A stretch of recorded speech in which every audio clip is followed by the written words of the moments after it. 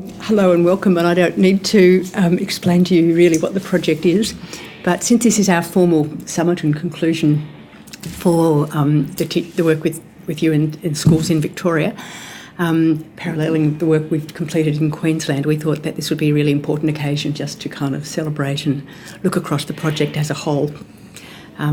This is a rather formal introduction because I prepared it for the Queensland people. There were teachers and folks from other schools who didn't know what it was.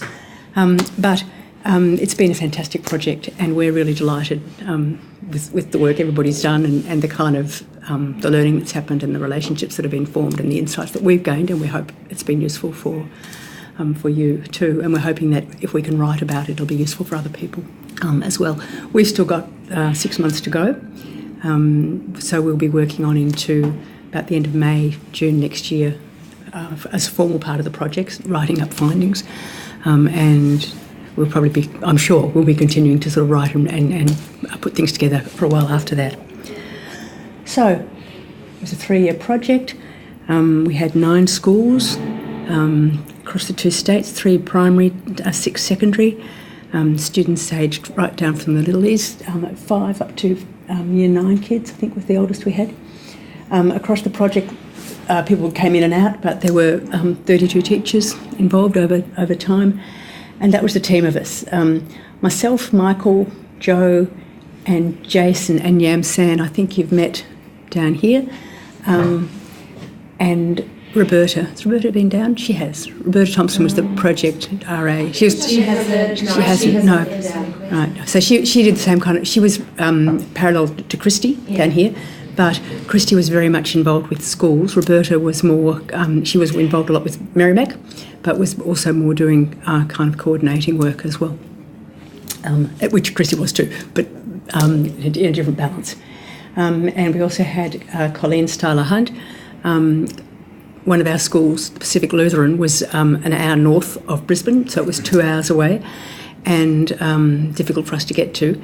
And Janine, the teacher there, was doing game making, and she was the only teacher she was like the IT teacher in her school and had a lot of senior responsibilities, so it was hard for her to get down. So Colleen was sort of very often representing Janine's work for us and did most of the work with the school. And Geraldine Tanning's another RA who helped us out in all sorts of ways. And again, I don't think you've met Geraldine, but she was an important part of it.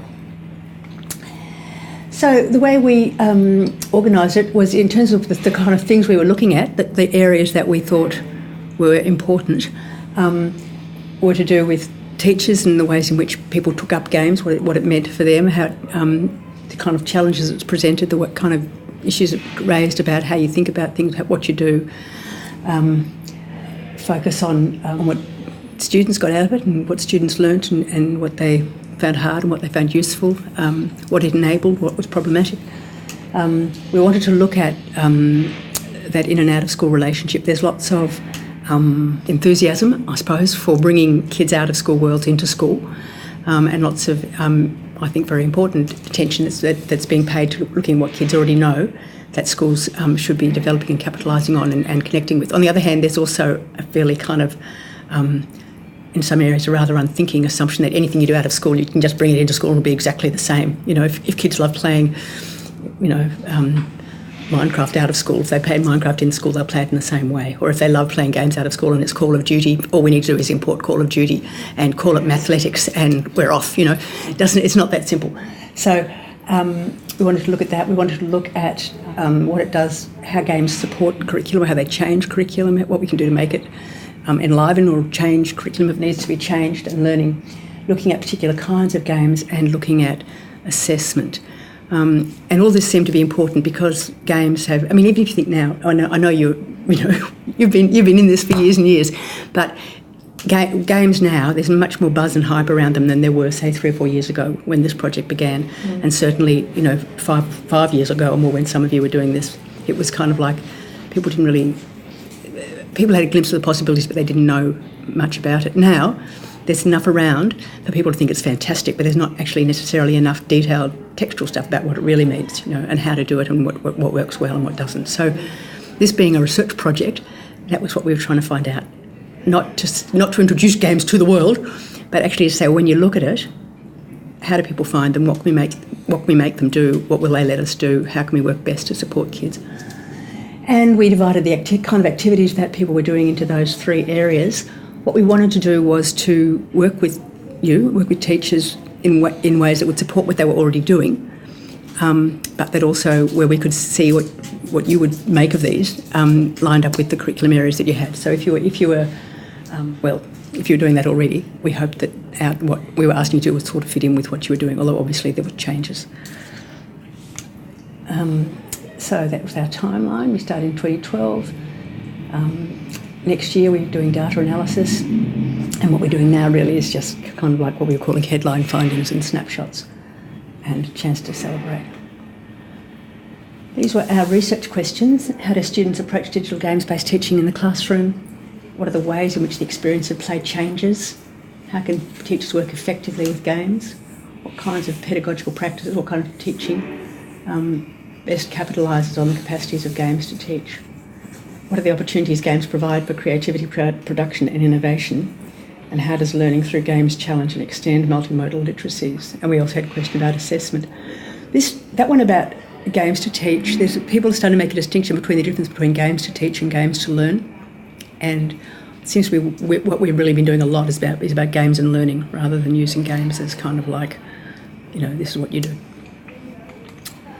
So the research focus, and we're planning to talk about these briefly today. We want to look at the ways in which kids with widely different preferences and experience of games and digital culture approach work with games in the classroom. The ways in which the experience of play changes in classroom context, and I mentioned Minecraft before, which is a very interesting example, I think. Although perhaps that's one where it doesn't change that much. There's other ones that are more dramatic, I think. Ways in which teachers can work with games most effectively, and so on. Creativity, production, innovation, multimodal literacies, and assessment. That's it. So what we're going to do with this is just have a look at all the different themes, and most of you will remember these themes coming up in interviews and in your work. So what we've got here is each focus of the project, each one of the members of the research team took and just did a short response to it. So this is mine, so I understand the slides more than all the rest. So this focus was looking at, when we have a classroom, sort of the idea of everyone being an equal digital native or a digital native, we think is flawed. And in every classroom, there's such a wide range of experience. So this is really focusing on, thinking about, the range of experiences in your classroom, and then how you're going to, how each of these students is going to deal with and approach the games and as I'm talking, I remember being in Beck's classroom, and she had all these preps, some of which had never even used a digital device, and others which were totally fluent with it. And I remember you showing someone how to turn it on and swipe, whereas other kids had just picked them up. So, I think it's really good to keep this in mind, because often in the literature there's a lot of assumptions that all kids can do everything, and I think it's dangerous not to. So part of this was looking at in-school and out-of-school worlds, and the kinds of experiences and expectations that kids have with using games. And I've already talked about that bit of it, but I guess that second point, that gameplay is situated, it's highly social, and it's linked to identity construction. And this is something we think about a lot with the work, and Catherine's done a lot of earlier work too, which looked at people playing games in game spaces, like in those kind of game labs. I forget the real word for them, the LAN cafes and things. And all the time that we do this work, we always find that, counter to a lot of the public discourse, games are really social. And so someone playing a video game is usually not playing it on their own. But even if they are on their own in the space, they are often connecting with other people. So that's something we really like to highlight in the work, and something we've found in all the interactions in classrooms as well is about how it's often a highly social activity. So this is some of the background. It's bringing together just these different ideas about also thinking about how games are cultural capital for students. And certainly the Year 9s at Q, there's been a lot of work around that, where when you did those video boxes and the kids were sort of exchanging, it was giving them a sense of who they were in the classroom, and they had a lot of kudos, the ones who knew more about games, I think. So we actually, I think we all feel really strongly that it's really important to actually use games in schools, that they're really important cultural texts and cultural ways of being for young people. Yeah, and that they also, the ways they organise things and the ways they make things happen is tremendously useful. Yeah, exactly. And often, I suppose, when you're starting and you're starting a project, often the discourse around it is not really maybe very positive around games in schools. So that's part of our impetus, or mine, but Catherine's as well, I think, to kind of build on the knowledge base and to be able to really sort of capitalise on what the potential might be, and just to think about, if we are using games in schools, then we need to think about how they might be assessed, how they might fit in with the ways that the curriculum is currently organised and with current ways of teaching and learning. So that's really part of what this is about. So this is just some of the data collection that relates to this theme. There were surveys, case studies. I think as well the interviews with the teachers have helped with this theme as well. And, these are just some of the emerging findings. So, using the games, you all know this, it's just as much complex decision making as any other subject matter or any other approach. It's not like it's a light lesson or that there's less thinking. Also, there's a huge range of student disposition towards digital games. So, for some kids it makes them really excited that they're doing games, but other kids, and often there was a Queensland teacher who spoke about this really well. Often it's kids who are successful at normal school feel a bit at sea when they use digital games. And I know Frank had a couple of students in his class that really felt strongly like that. They felt quite disengaged from it because they didn't feel like they had the skills, whereas they were highly skilled when they were doing other things. Most students did really feel very positive about it. And there was also a theme that's coming through, which is really interesting, is that often the games work lets kids shine who don't usually shine in the classroom. And I think that's something that many of you have experienced in the work you've been doing. I think, this idea meant that for a lot of teachers, it does feel risky to use games in the classroom. And I think whenever you embark on it, something new like that, you often feel that.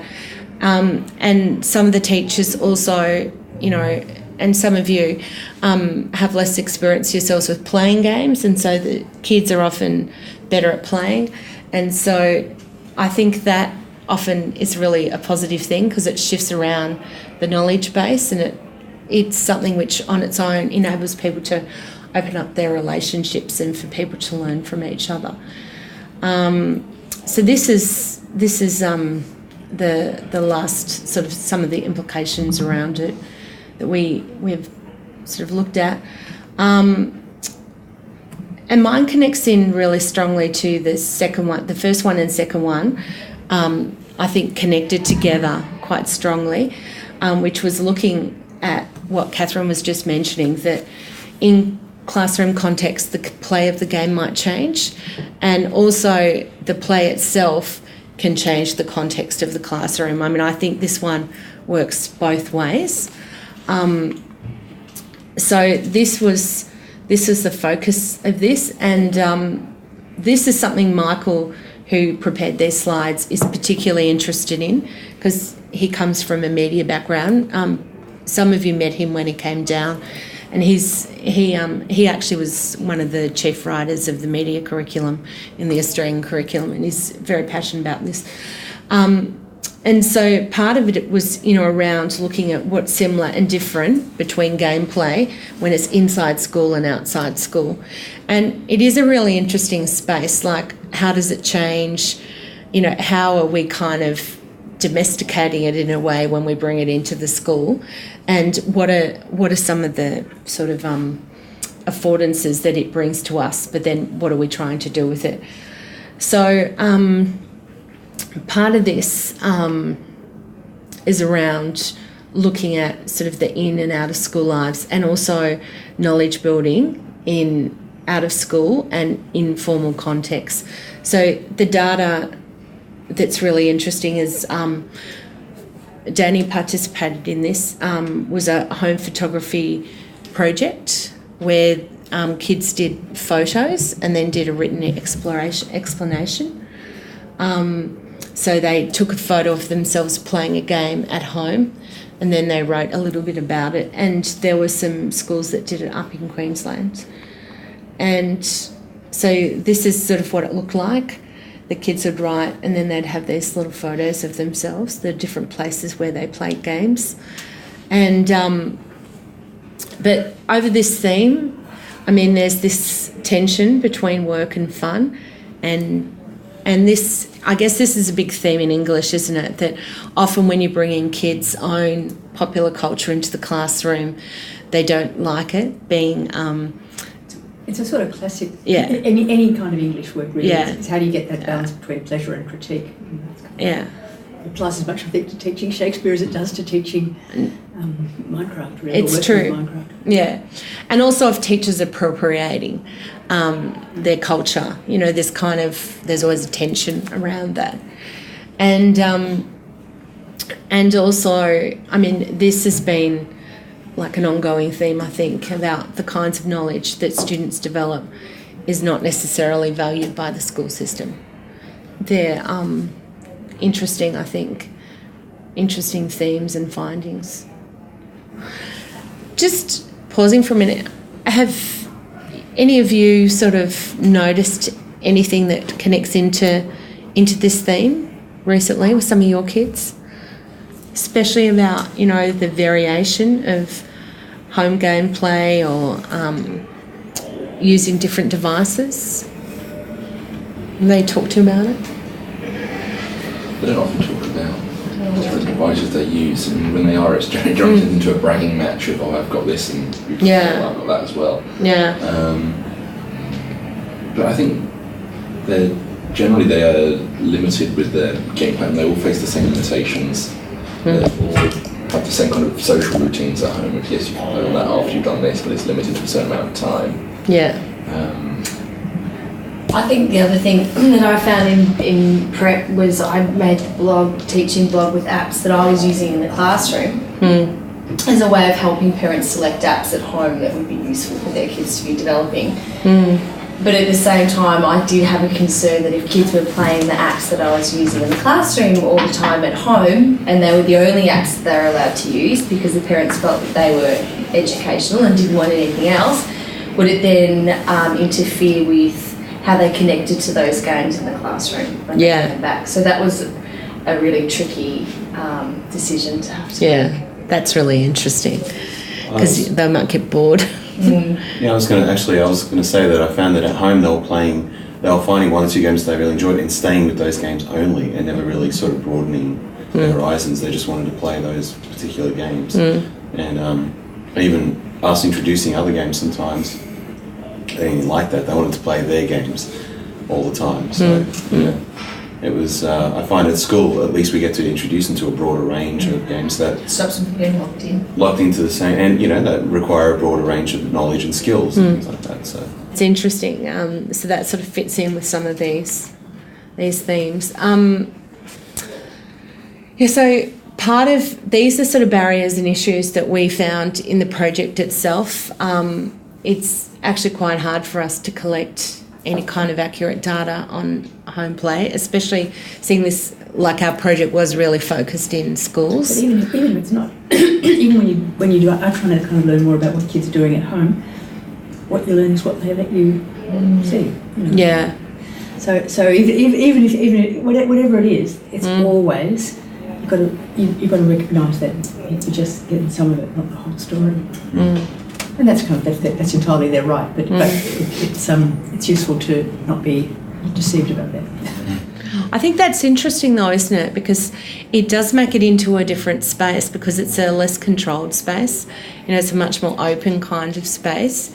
And often parents don't know what the kids are really doing at home and how they're using the games or playing with the games. Whereas teachers at least feel they might know. Whether they do or not, whether any of us ever know is another thing.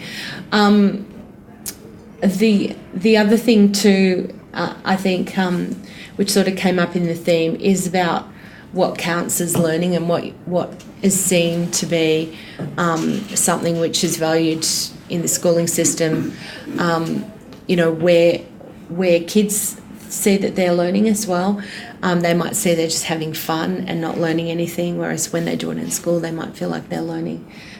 And in some of the work Michael did, there were different platforms at the school to what people had at home.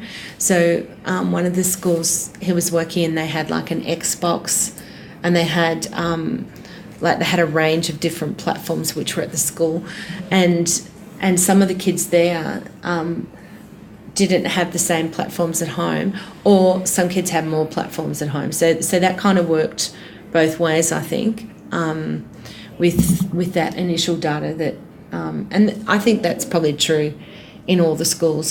Some of the kids have got a lot of equipment at home, and some kids have got no equipment. And I think especially between, say, Auburn and North Fitzroy, there's quite a lot of parents that want to control the device usage and the screen time. So there are some children from quite privileged backgrounds who actually have almost no access at home, which I think is a really interesting phenomena.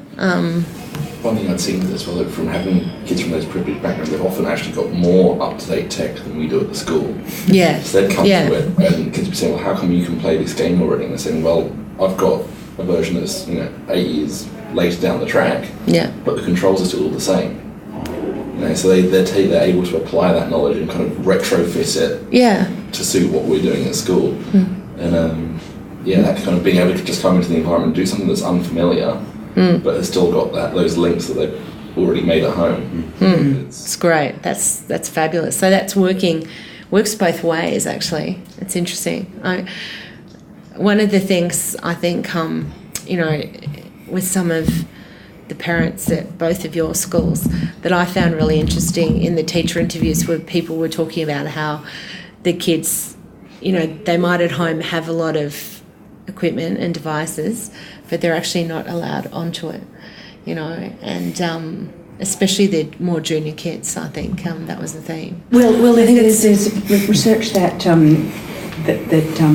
Jeffrey Brand does from Bond each year called Digital Australia. He's stopped now. 2014 was the last one, where he's looked at patterns of usage across the community, and he looks at what families have what machines and how much time they spend and what sorts of things that they do.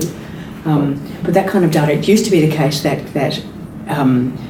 for many kind of middle class families that they would have kind of like PCs, and that they'd be used, but they would be regarded as being kind of like for work or for learning, and that particularly in lower SES, not I mean it's a bit crude, but in lower SES ones often there would be consoles that the computers they'd have in the house would be more like consoles and game consoles, and they would be for games, and there used to be anyway a kind of line up between the kinds of technology, the kinds of uses that people saw as being appropriate, and relationship with socioeconomic status. I don't know whether that still is the case now, but I do think that parents across the spectrum make decisions about how much time their children spend in various activities for a whole range of reasons. I think the reason why is because the lines between the groups are thinning out now.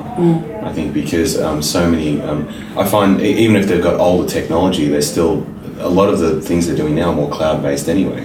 So the technology is beside the point. Yeah, you know. That's right. So provision is really changing. You know, that whole sort of Absolutely. ownership and what a device can do is really changing. Well, the companies want the numbers. They don't Yeah. want the consumer to be restricted by by what device they're using. So these things are becoming far more cloud-based. Gaming consoles, are still very popular, but a lot more now are using PCs for gaming, things like that, and a lot more things are, like I said before, cloud-based. So, like I agree with you. I think the socioeconomic groups, I think that's beside the point. I think you need to focus more on the intention of the parents and their values. And that's a whole separate and very interesting thing in itself, isn't it? The ways in which constructions, ideas about what play is, or ideas about what the kids think, how kids should spend their time, or ideas about, who owns time, or what childhood is, all It's of a those. whole other research project, isn't it, right there? Well, Although what are you doing it's next really, year? I think it's really present in the games thing, because I think the games are kind of like they're like a site where all of these things play out all the time, and the values and cultural, values around games. I mean, it's a place where a lot of parents feel, maybe worried or concerned, and so some of these things do play out, in this space, I think.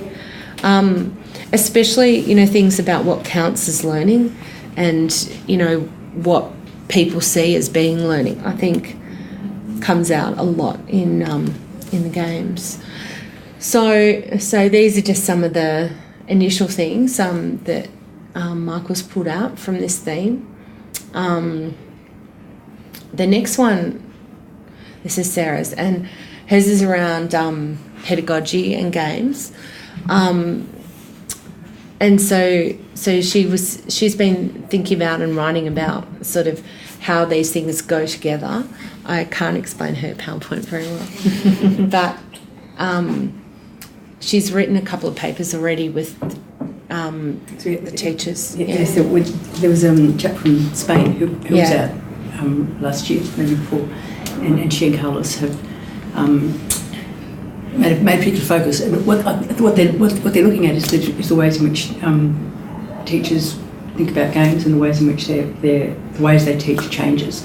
So she's interested in looking at a mixture between your beliefs, what you see your role as, what you think is important, what you think ICT can do, and whether you change.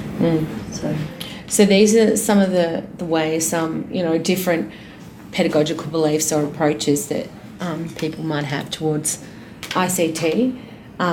Seeing it as just computer skills or a learning tool that supports, it facilitates an emerging curriculum, or it's a supplementary sort of tool. And so she's been looking at how people work between these different ways, I think, of framing up their views on ICT. So these are, she had some really great anecdotes, and these are some of the photos of the schools she's been working in. This was a school where the kids were doing Minecraft, and they're in a little Catholic school. And when I went, it was the final of the presentation day, and she'd had them all in groups, and they had to. She started off with a history of. So it started a history project. So it was like this is what houses were like in this part of Queensland, this part of Brisbane, Mount Gravatt. Yeah, I think there's a coming picture. up. Oh, good. So she showed them photos of houses in Mount Gravatt, kind of like wattle and daub huts and really early white settlement. I don't think she showed them anything pre-white settlement. Anyway, but then she had houses like every kind of 40 or 50 years, and she would get the kids to say, "So what does this tell you about how people lived?" what do these building choices tell you about how people live? So they move from, like bark huts basically through to eventually kind of, like bungalows and and then flats and the streets that they would recognise. So that then they'll talk about what kinds of places people live in and what do they make and what does this tell you about them. And then in projects, they each had to design their own city. In groups, they had to design their own city for Minecraft, and they had to have various things in it, like a library and a police station, a school. I think they could have an art gallery. I think they had a swimming pool. I can't remember them all, but there was a whole range of things, and they had to put in something like 6 or 8 of these, and then they had to write a real estate blurb for it. So when I went in, and so it linked in with history, with literacy, with maths, all sorts of things. And when I went in this little classroom with, I'm a high school teacher, when I used to teach it was with big kids. So we're all sitting down in these tiny chairs. When you come in, it was just when the elections were on, so you got mobbed by kids at the door with all their how to vote cards, vote for Minecraft, or vote for Terabithia, I kid you not. And there were about, there was myself and Carlos, the Spanish guy, and there was a couple of parents, and there was a school principal, and there was Father Pat. And so a lot of this was pitched at Father Pat, and then they'd play their game. Often, if you want to do something long term, you have to have ways of assessing it. Otherwise,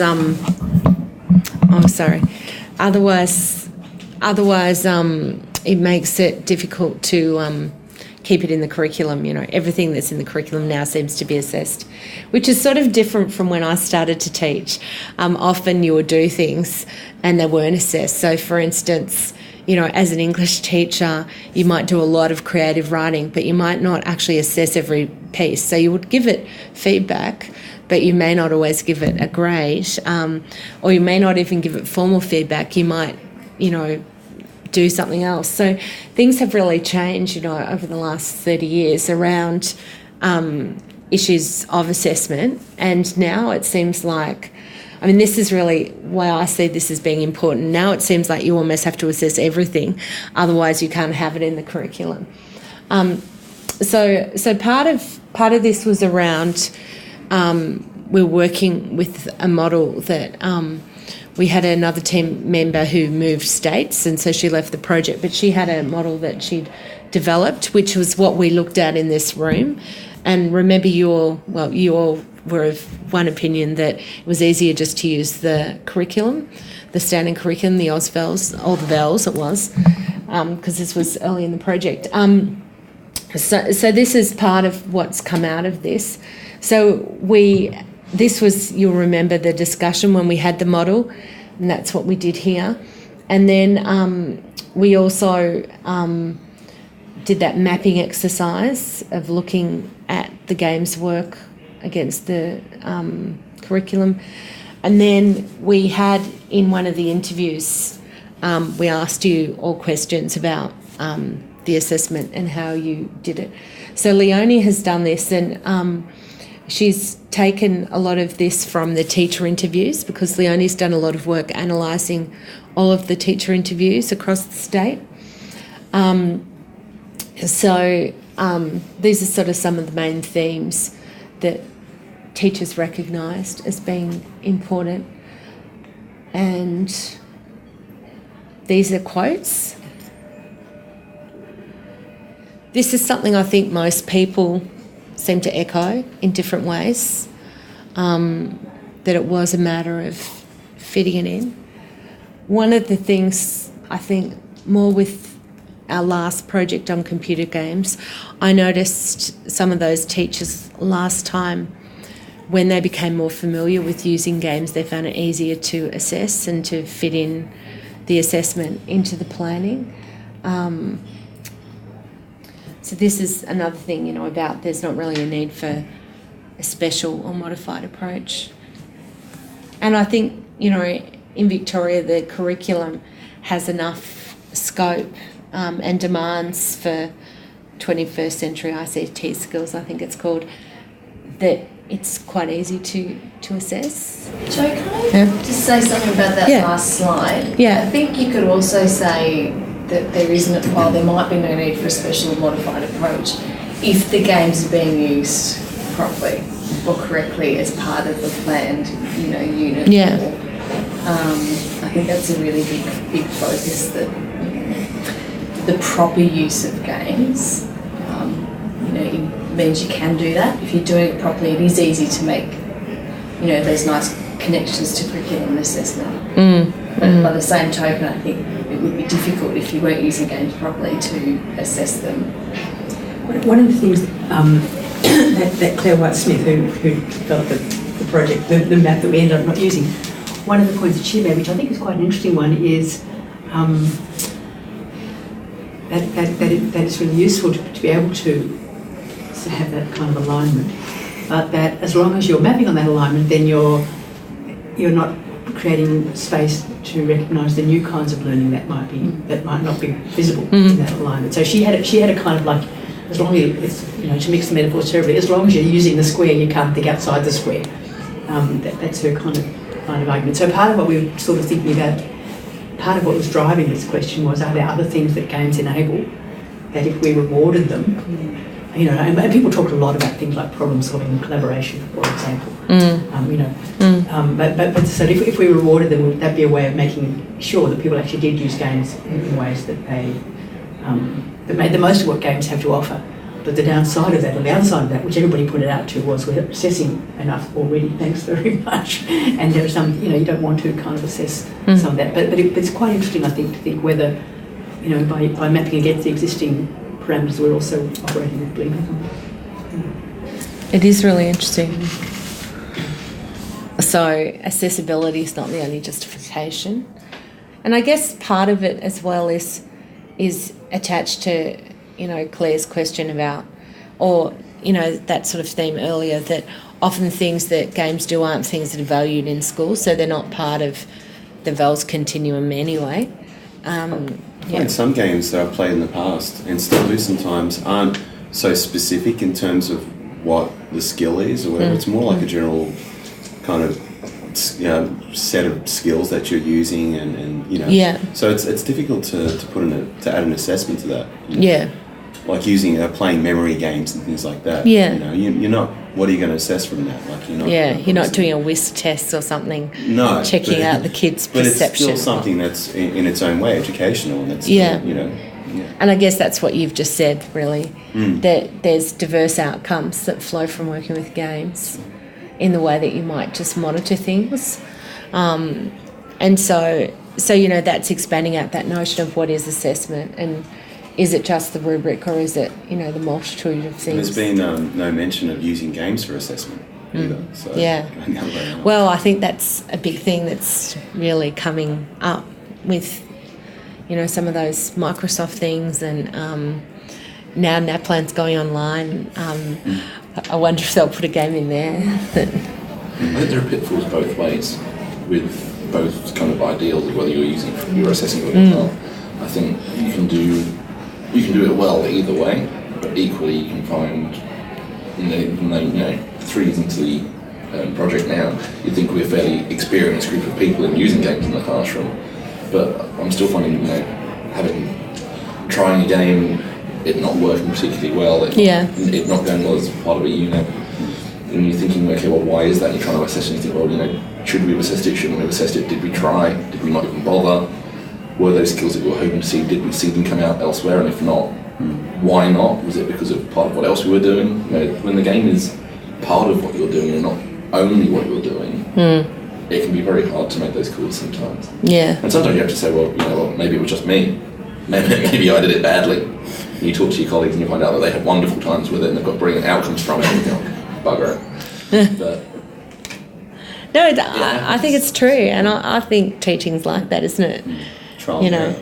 Sometimes you can do the same thing with a different class, and everything seems the same, but it's a failure and a success, and you can never work out why. And that's just part of it. It could be the kids. Oh, it's always the kids. It's always. I don't know. It could be the time. It could be anything. So I think this was a really good thing that came out in a few of the projects.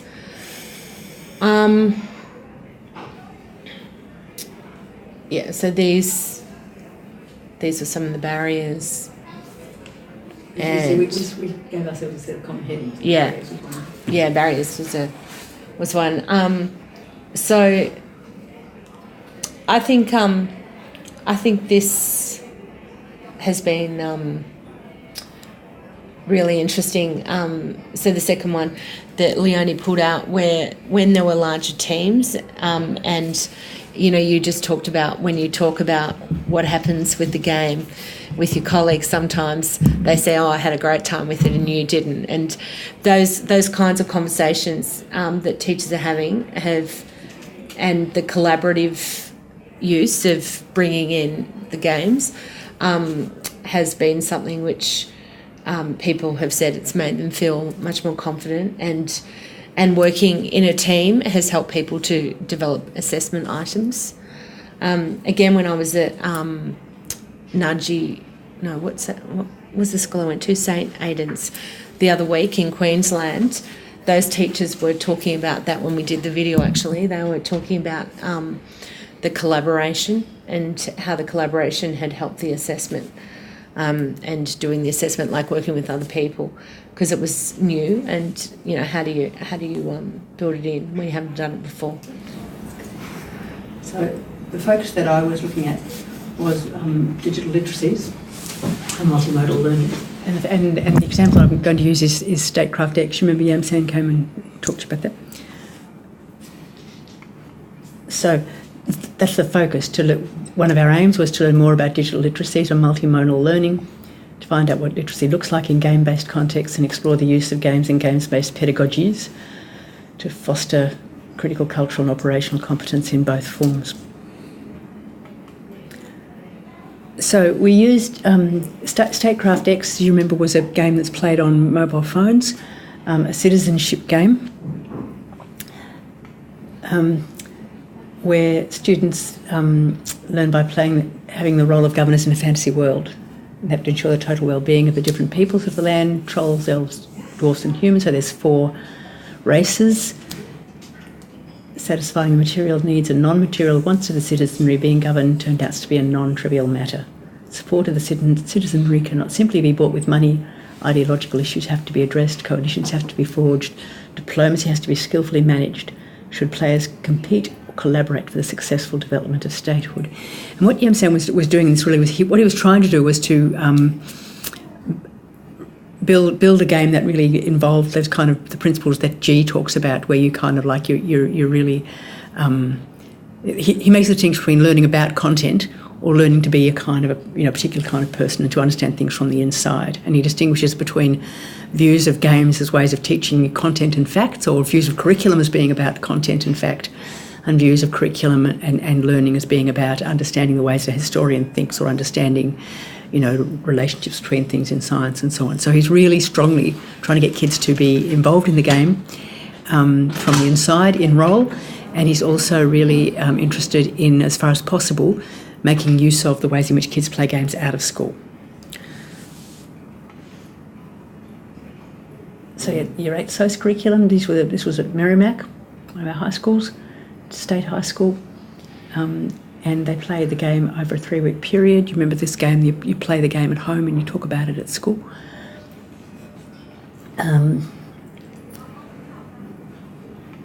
Okay, so this is G, who talks about the importance of learning about multiple sign systems, not just words, images, words, actions, symbols and artefacts as a complex system. And learning about this is core to the learning experience. And that all aspects of the learning environment are set up to encourage active and critical, not passive learning. So for this one, data gathering was another one of our headings. So we had classroom observations when the kids were playing this game and field notes that we took. We interviewed the students, we interviewed the teachers, and we've done some screen analysis. So if you think back to that, you've got students having to understand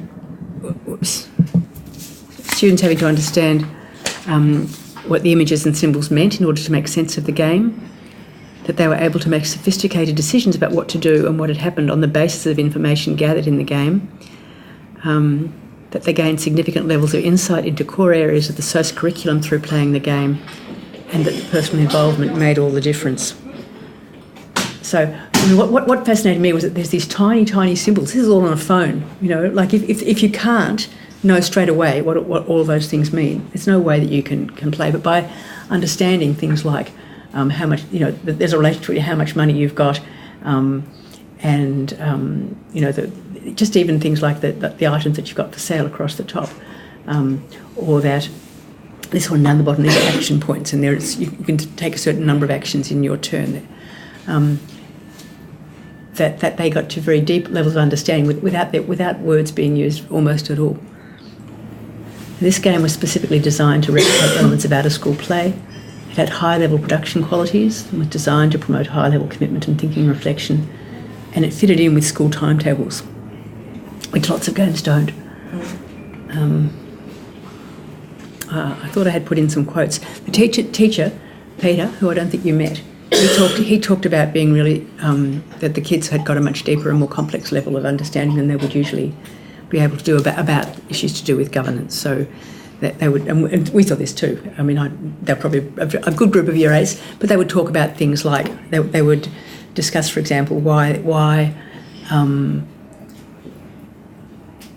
if they took money to put into education, then they got higher skilled workers, and the higher skilled workers, say in the hospitals, would then enable them to look after the health of the population better. But if they were doing this, then they didn't have, and some of them did and some of them didn't. And if they neglected their population, eventually the population, they sold their houses, they moved back into the slums, and then they died, and they had no workforce. You know the kind of thing. But if they put all their money into education, it took a long time, and other things were going on in the world while that was happening, and they didn't have the resources to put into that. But if they then took their money out of education and put it into things like financing the army, which would mean they could defend themselves from invasion, it did mean that they didn't get to skill up their workers. So then they would say, well, why can't we just, why do people just tax higher? So then they looked at if they taxed higher, but if they taxed higher, then the happiness of the workers went down and their productivity correspondingly dropped. So really quite complex kind of interrelationships that they were getting because of their involvement in role. But that only worked, well, partly worked because they had to read those little tiny symbols, but it also only worked because they cared enough about the game to actually get in there and worry about those things, and that the game was designed in a very carefully staged way to prompt those kinds of insights. And also they're doing the discussions with the teacher afterwards. Yeah, the teachers frame which it is a lot. like expanding it out and abstracting it out from the experience. Yeah, so the role of a teacher is crucial. What Peter was doing was crucial. And how so crucial, as a facilitator or as a teacher? That's a good question. Peter, the role of the teacher in prompting the kids to reflect on what they'd learned, and in making connections to other kinds of things, in the ways in which Yam-San has designed it. What he's really trying to do is to have the kids stay in role and for the teacher to prompt reflections on their experiences in role. What Peter was doing was what some of the teachers in Singapore did too, which Yam-San was less happy about, which was he was connecting it to bits of the externally prescribed curriculum. So in Peter's case, he would say things like, when they were doing the trading part, for example, he then would link that into bits of the prescribed curriculum. This was just before the national curriculum came in. So this was like the last year of the Queensland SOS curriculum. So he would look at things like the Opium Wars, for example, or he'd look at he did a sort of a game where he set up that the kids could only trade with certain countries. So if you were from India, you could only trade with Europe. You couldn't trade from India directly to the Middle East, say. So he was trying to look at the ways in which in that period in the what do they call it, the New World, the expansion of the New World and trade in that kind of time, the ways in which various countries controlled the channels, or the ways in which middlemen operated. So he was using this to link back to specific SOS curriculum. Yam-San said that's actually not how the game was designed, although there were other people in Singapore that were doing that too. So there's different ways in which the teacher would work, but you would, I think, pretty much, my guess is, from what I know from Queensland schools and what people said in here, that the role of the teacher is really important in helping kids reflect on what they've learnt, or of asking them different kind of questions, or making choices. I mean, even what you were saying before about, that game didn't go so well. When you're making those choices and you're changing things if things aren't going well. So it's not that if you just get the game and drop it in, your problems are over, or their problems are over. And I think that, again, given the kinds of the money that's involved in games and the huge companies that are involved in games, that the lure of the complete game, you just press the button and start, is something that we need to be aware of.